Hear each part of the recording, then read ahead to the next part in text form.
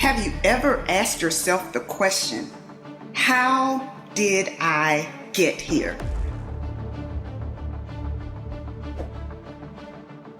Many times we make subtle decisions that don't seem to be a big deal, but what we often fail to realize is that where you are today is the result of all of the decisions, big and small, that you've made up until this point. The good news is, even if you are not where you want to be right now, you still have a chance to rewrite your script. Yes, it's frustrating when you do not accomplish what you've expected to accomplish within the time frame that you set. Yes, all of us want our journey to be a straight path.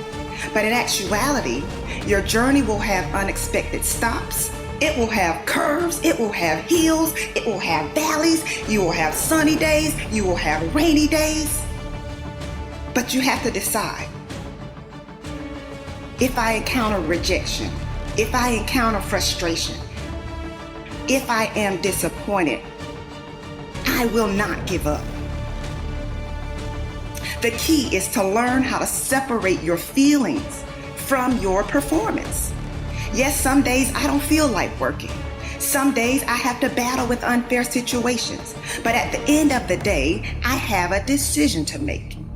Either I'm going to have a pity party or I'm going to figure out how to pull myself up. So I say to you today, pull yourself up. Lift up your bowed down head. Guess what? Every day I have to choose to pull myself up.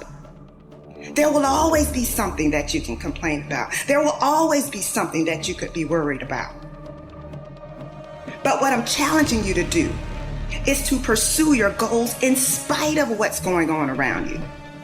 Take a close look at your life, your health, your relationships, your business, your career, and ask yourself a simple question. Have I given my all? If you are not careful, fear, doubt, and worry will keep you stuck wishing your circumstances were better, but never doing what it takes to improve them. It's time for you to pursue what you really want, not what others want for you, not what others expect from you, but you gotta pursue what you really want with everything you've got.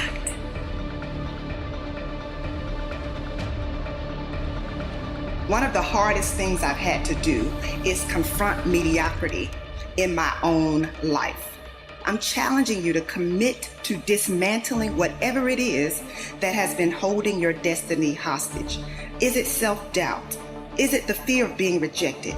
Is it self-sabotage? Is it refusing to let go of the past? Don't get so wrapped up in what happened yesterday that you miss out on the opportunities that are waiting for you today. Remember, whenever one door closes, there is another door waiting for you. Don't second guess yourself, and don't be so afraid of failing that you create excuses instead of producing results. After being involved in a physically abusive relationship for 6 years, I had to rewrite my script. I do understand that a lot of times when you go through things, it feels like it's for you, but it really isn't. It's really so that you can help someone else get through that same thing. And you can say to them, listen, I made it through, and so can you. I really thought that I would be the last person to do what I'm doing, just because of what I've overcome, what I thought about myself. I did not like myself. I did not like the way I looked. I did not like the person in the mirror. And so I was the person who was in front of everyone else. And everyone thought I was happy. Everyone thought I had it all together. But I was secretly depressed. I was secretly battling with a low self-confidence. And I was so broken. And how many of you know that when you are broken sometimes, you can attract the exact opposite of what you need? In retrospect, I know why I stayed in an unhealthy relationship for 6 years. In my mind, I could not do any better. In my mind, there was no way that anyone else would be attracted to me. So I stayed.